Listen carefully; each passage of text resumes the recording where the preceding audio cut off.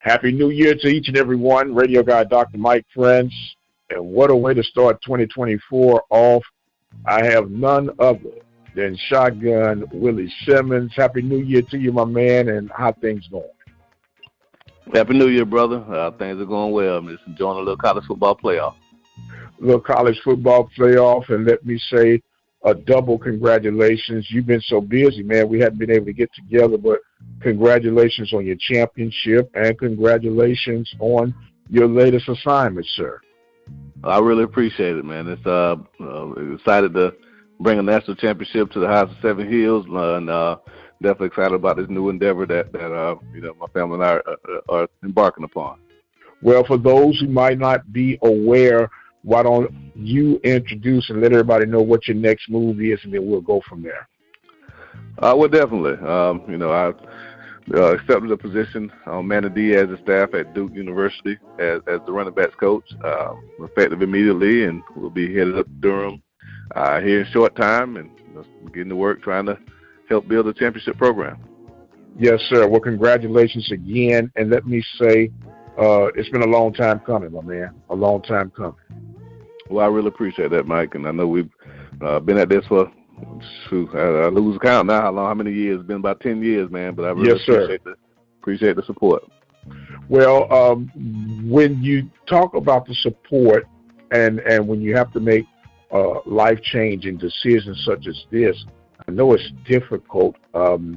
How difficult was this to explain to your current situation? Just coming off a championship, things are looking good, and all of a sudden you get this opportunity of a lifetime. Did it take you a long time to mull this over, and how difficult was it to let them know what your move was going to be? Yeah, obviously it was a very difficult decision. The toughest decision that I've had to make in my coaching career up to this point was obviously leaving Prairie View to take the job at FAMU. And, I do this for the young men that I have the opportunity to lead. And, leaving Prairie View, 6 years ago to come home was a very emotional moment. And, this one tops that even. I've been here for 6 years and, really worked extremely hard to build a championship program. When we took over in 2018, that was our goal, was to take a program, a storied program that had fallen on tough times and rebuild it, to make it the premier program in HBCU football and one of the premier programs in FCS football. And, over these last 6 years, I feel confident that we've done that. We won a championship. We've put multiple guys in the NFL. We've graduated our guys at a high rate, and we've made FAMU a national brand again. And so, just the work that's been put into it, you always reflect on it. And I always said when I took the job that when the good Lord, placed it upon my spirit to move on, that I wanted to lead a program, one, much better than I found it, but two, in a position to have sustained success. And I truly believe we've done that. So even though it's a bittersweet moment, I feel really good that the program is on solid footing, and I don't think FAMU football will have a drastic change. I think they have the ability to still perform at the highest level, and I truly believe they're still the team to beat in the Southwestern Athletic Conference. Right. When you look at all of this, and we always appear to look from one side of the lens, as a student athlete, everyone's desire is to go pro. Okay, as a coach, you want to get to the highest level that you can get. And when you look at all the things that you've been able to achieve on the FCS HBCU circuit, and might I add, in a relatively short time, I was on record for saying about a week or two ago, what is next for Willie Simmons? Who is going to be willing to give the opportunity? You've achieved everything that you can achieve on this level. Do you think, I know it's obvious that the iron is hot right now, but there was a risk of becoming complacent or even mundane once you've achieved everything that you can achieve on a level? Well, obviously you're always assessing, yourself, where you are in your career.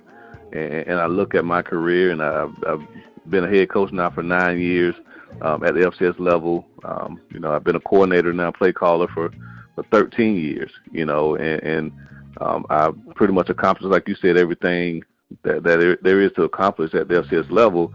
And so, I kind of had to do a self-assessment and say, well, hey, what's what's next. My ultimate goal, as you alluded to, is to be a head coach at the highest level. And I know a lot of coaches who that's not their ultimate goal. I know a lot of coaches who really want to, create their own legacy at their respective institutions and, be the next Eddie Robinson, the next Jay Gaither, and not saying that, anything is wrong with that, because it's not.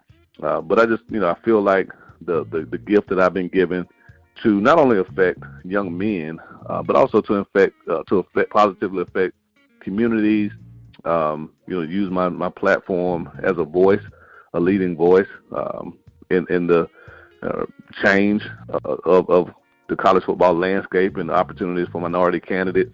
I think it's going to take more guys, like myself and others to get on that platform, to speak of the disparities, because the numbers suggest that, we're still where we were 20 years ago in the number of head football coaches, minority head football coaches at the highest level of football and college football as well as professional. And so, this move for me, had a lot to do with that. Just, me trying to put myself on a trajectory to be on that platform, to open more doors and create more opportunities for qualified guys to be head coaches at this level. There are a lot of guys on my staff and even other staff that are more than qualified to lead their respective programs, and they need that opportunity.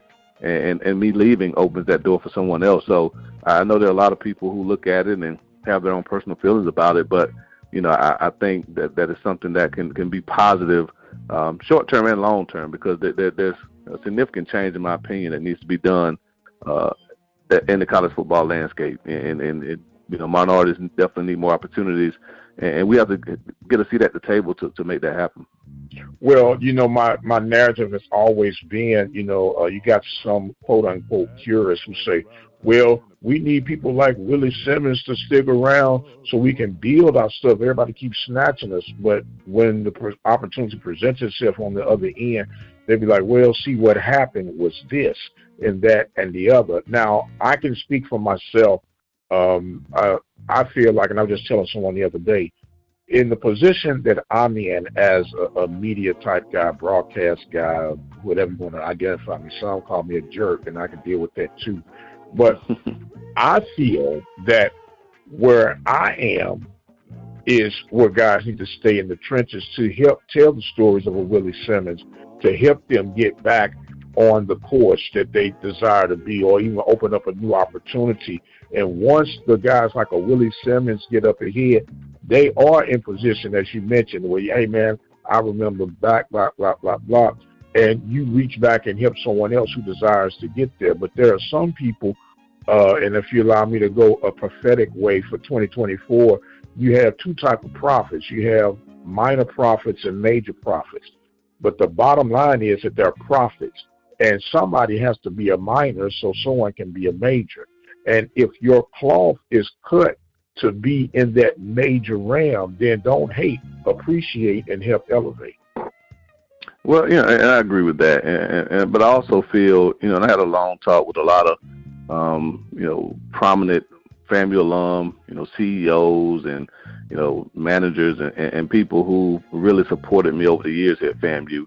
And one made a very poignant point that, the mark of a great leader is that they develop other great leaders. And so the notion that, I should stay here at FAMU to continue to lead FAMU to quote unquote the promised land, again, I think is a little bit short-sighted, because, if I've done my job, then I've prepared, individuals who can continue to lead and who earn the opportunity to lead. And if that opportunity presents itself, at another institution or even here at FAMU, then I've done my job. I look back at Jay Hobson and the staff that he was able to put together at Alcorn back from 2012 to 2014, and the number of guys on that staff that are current head coaches, have been head coaches and coordinators. And you look at me and Fred McNair and Cedric Thomas, Ralph Street, Tony Pecoraro. Pretty much everyone who was on that staff is either coached at FBS level, been a head coach, or been a play caller, and that's the sign, I think, of great leadership. So, I would love to look back and see that my tree has bear good fruit, that the guys that have worked under me have gone on to coach at the highest level, have gone on to be head coaches. And you're looking a guy like KJ Black, who's coaching in the NFL now. Ralph Street's coaching at his alma mater FBS program. Bubba McDowell's a head coach now. And Ryan Smith is a defensive coordinator. And so I think that's a big part of it. Me transitioning and leaving that void here at FAMU opens the door for possibly someone who's worked under me, who can take some of what they've learned from me and take their own experiences and lead the program. I'm not the only one that's a championship coach. I think I have 10 championship coaches on my staff. And if any one of those individuals was afforded the opportunity to lead a program, I feel confident that they'd be successful. And so I think that's just a part of the natural progression of coaches. We elevate, and those under us elevate as well. And so, again, selfishly, I know there's some people who would love me to stay here for 25 years and be, like Jake Gaither.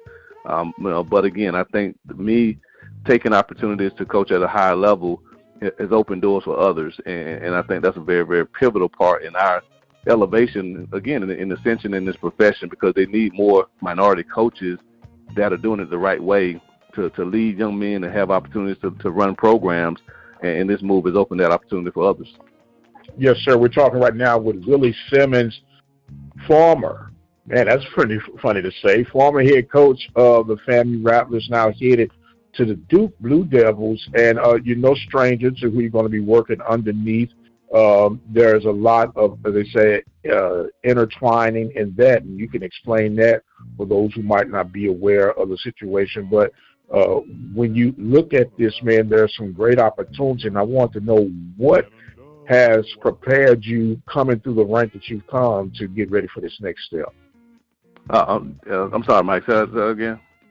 What have you encountered on your current journey to prepare you for your next step? Well, again, I've had the opportunity to coach at the FBS level as a mid-major coach at Middle Tennessee State for 5 years. That's where I met Manny Diaz. Worked with him for 4 years there. He was our defensive coordinator, and had a chance to again be a play caller. Have been a head coach, now for 9 years, and I've coached a lot of guys who transferred from Power 5 institutions. And so just, in my opinion, coaching is coaching.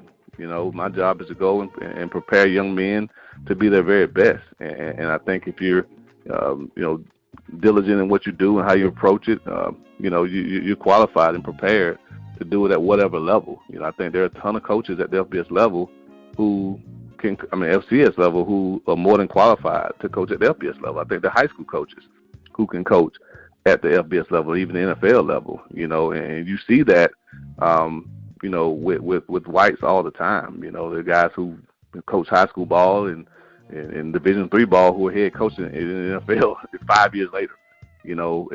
So again, the notion that coaches here at the HBCU ranks or the FCS ranks can't go and have success at that level, it's just asinine. And part of my mission is to go prove that and go up there and do a great job and lead young men and help them perform at the highest level. And my success, hopefully, would again make people open the eye to maybe the quality of coaching at the HBCU level, because I still think that there's an overall, I don't want to call it lack of respect, but just overlooking of the work that we do at these respective institutions. And so, I look forward to the challenge. And, from everything that I've heard about guys coaching at that level, it's football. Football is football. It doesn't change from FCS to FBS. The field dimensions are the same. Football is football. So what my knowledge and my expertise as a head coach and play caller for the last 10 or so years, I think will bode well for a first-time play caller, up there at Duke University, Jonathan Brewer. Absolutely. And like you say, it's all about allowing your gift to make room for you. And I don't know if you recall, but I used to tease with you, especially when you were at Prairie View. I say, hey, man, when you coach your way out of our division, don't forget about folks like me. You recall us saying that, man? Well, yeah, I definitely always remember you saying that. Anybody who knows me knows that I'm a humble country boy from Quincy, Florida. So my status, my salary, my position doesn't change who I am in my core. I still look at myself as the same grad assistant who was running around, making copies, drawing scout team cards, picking up laundry at Clemson University in 2006. I take that same approach, and I tell our team all the time when I was, leading at FAMU and Prairie View, there's nothing for them to see me walking around, picking up paper off the ground, throwing it in the trash, making copies and making my own cut-ups and doing that grunt work to show these young men that you're never too big. The God I serve was a servant. He came to serve, and he washed feet. He did things that showed his humility, and that's a life lesson for all of us. So whether I'm a head coach, or a coordinator, an FBS coach, NFL coach, whatever that looks like, I'm still the same me, and my job is to serve. My job is to help people and remember those that have been pivotal for me along the way, and obviously that you're one of those people for me. Well, I appreciate that, my man. Look, I know things are moving on a fast pace right now, so what are the next moves as you prepare to step into the world of Duke? Well, obviously, it's getting there, it's getting acclimated and meeting the staff, meeting the team, preparing for recruiting. Of course, the college football never sleeps. Recruiting is nonstop, and so we're on a mission to build a competitive roster.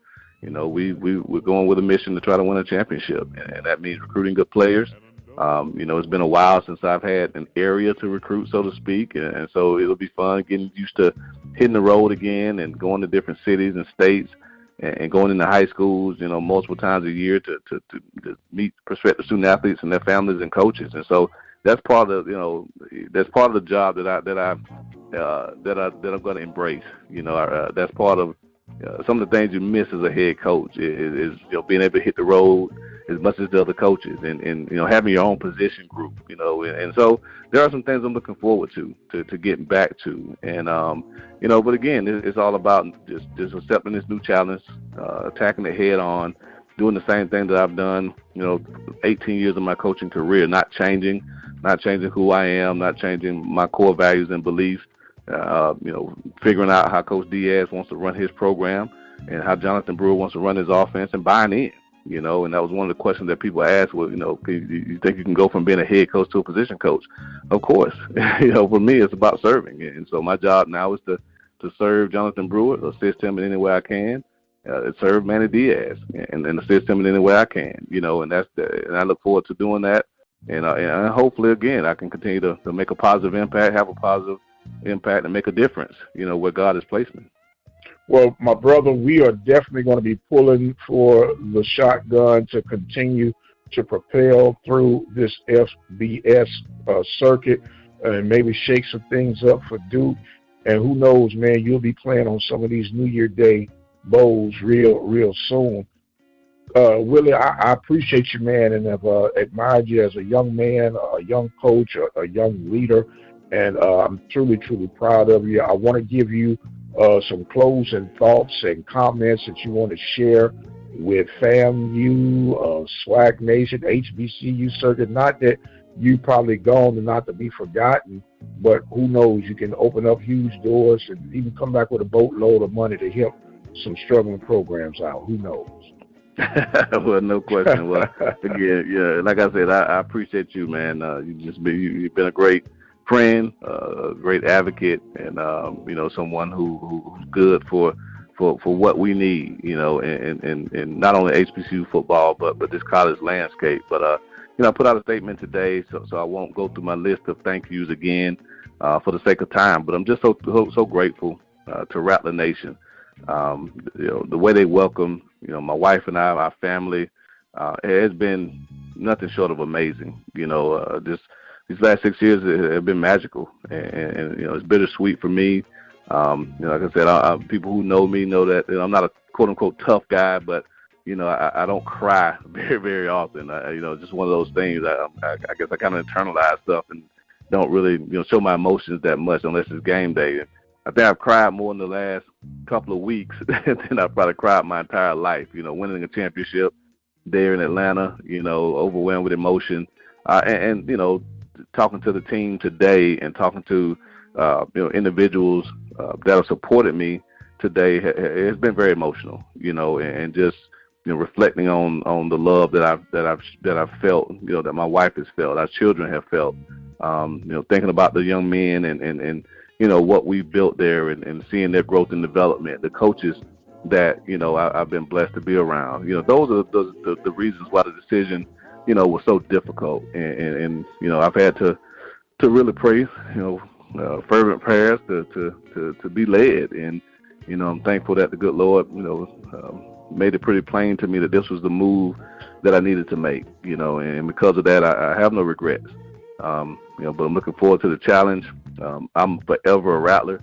I'm forever a Panther, at the same time. And so, I talked to the president of the Booster Club today and told him to make sure he sends me my Booster Club membership so I can join the Rattler Boosters and continue to support, the football program as well as the other sports. I've always been an advocate for all sports, men and women. And, I just look forward to seeing FAMU continue to thrive. Look forward to seeing Prairie View continue to thrive, Alcorn State, the places that I've been blessed to work, and be a part of, and see the SWAC continue to thrive. There's some great things going on within the conference. I'm looking forward to another great football season. I'll be watching closely. Of course, I'll be pulling for my Rattlers, more than anybody else. But again, just it's really a great time. I'm blessed. I'm humbled, but at the same time, I'm really grateful and thankful for the love, the support of everyone who's played a pivotal part of my life. And I don't forget those relationships. I cherish them near and dear to my heart. And again, like I said, I'm always indebted to the places that gave me an opportunity because they didn't have to. And the coaches that have hired me, the ADs that have hired me, the presidents, the alumni bases that have just really poured into me and made me a better coach. The players that I've been able to coach and the relationships that I've built that'll last a lifetime. And that's what this is really all about. So I never wanted to be about Willie Simmons. It's just not who I am, and so I know it's again a bittersweet day for me, for Rattler Nation, because we have built something special together. But I just want to assure everyone that's listening, if you are a Rattler, that I feel 100% confident that the football program is in great hands. That they don't have anything to worry about. Continue to support what they've been able to do over the last few days. The money that they've raised is truly remarkable, and I think it will be an example to other schools as to how to pull together and truly support, and hopefully they keep that model and continue to support the program, and I know they will. And again, I think you'll continue to see these programs elevate and show the nation that we play great football in the SWAC, that our schools compete against anybody in the country, that our student athletes are on par with anyone in the country, can play at the highest level. Marquise Bell is living proof of that right now. Other guys that have come from the SWAC are living proof of that right now. And we just want to continue to be advocates for our students because that's what it's all about. So, again, man, just thankful to you. Happy New Year to you and your family. And, definitely look forward to seeing you on the other side as you always close out. But, you guys hadn't heard the last of Willie Shotgun Simmons.